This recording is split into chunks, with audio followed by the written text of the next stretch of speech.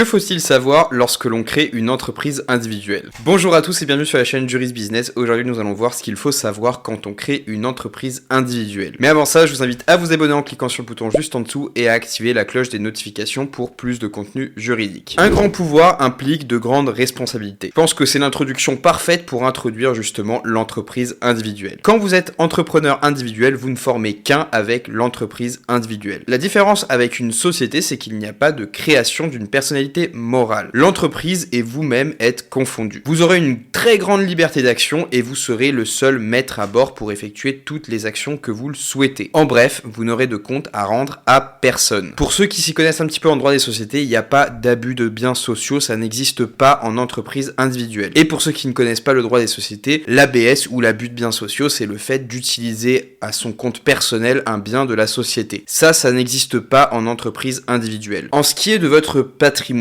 vous avez déjà une protection de la résidence principale qui a été instaurée par la loi Macron, je n'ai plus la date exactement, mais c'est une protection de facto qui couvre la résidence principale. Cependant, il faut nuancer cela puisque une partie de cette résidence principale pourrait peut-être être affectée à votre activité professionnelle. Et dans ce cas-là, les créanciers professionnels pourraient saisir ce qui se trouve dans le patrimoine professionnel. Et si une partie de votre résidence principale est affectée à ce patrimoine professionnel, les biens pourraient y être saisis. Quoi qu'il en soit, je vous ai spoilé un petit peu la suite, mais il y a une séparation des patrimoines personnels et professionnels. C'est une séparation qui existe de facto dès que vous créez votre entreprise individuelle depuis la loi du 15 février 2022. Avant, il fallait faire une déclaration spécifique pour déclarer le patrimoine professionnel et le patrimoine personnel. Maintenant, le droit a simplifié la chose et est venu apporter vraiment pour moi une plus-value plus protectrice vis-à-vis de ce statut-là. Quand vous créez une entreprise individuelle, vous devez aussi lui donner un nom. Dans l'entreprise individuelle, vous n'avez pas le choix, il faut mettre votre nom. Vous pouvez, si vous le souhaitez, lui adjoindre un nom commercial, mais votre nom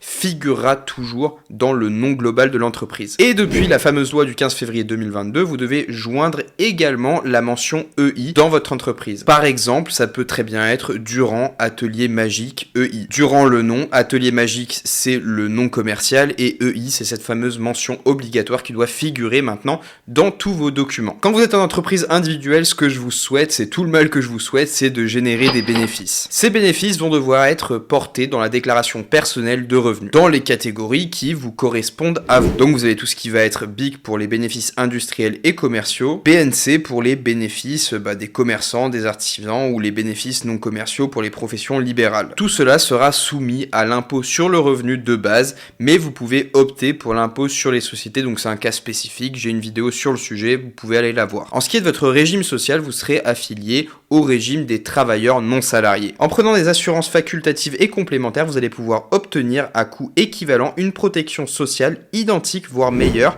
à celle des salariés. Si vous êtes sous le régime fiscal de la micro-entreprise, vous allez bénéficier automatiquement du régime micro-social simplifié. Vous serez ce qu'on appelle un micro-entrepreneur. En ce qui est des formalités de création, c'est les plus simples. Il va suffire de déclarer votre activité en tant que personne physique au centre de formalité des entreprises. Chaque zone, chaque région a son CFE, donc dirigez-vous vers le CFE le plus proche de chez vous. Et de toute manière, ne vous prenez pas la tête, les formalités de création peuvent se faire en ligne directement sur un site comme par exemple auto-entrepreneur.ursaf.fr. Vous pouvez vous connecter et créer directement en ligne votre dossier. Il y aura un petit temps de latence, le temps que les autorités compétentes traitent votre dossier, mais très rapidement vous aurez votre espace dédié et vous pourrez voir vos déclarations et votre échéancier de paiement. Avec l'entreprise individuelle, vous pouvez recruter un ou plusieurs salariés, donc ça, il n'y a pas de souci, ne vous inquiétez pas, ça c'est une question qu'on me pose régulièrement.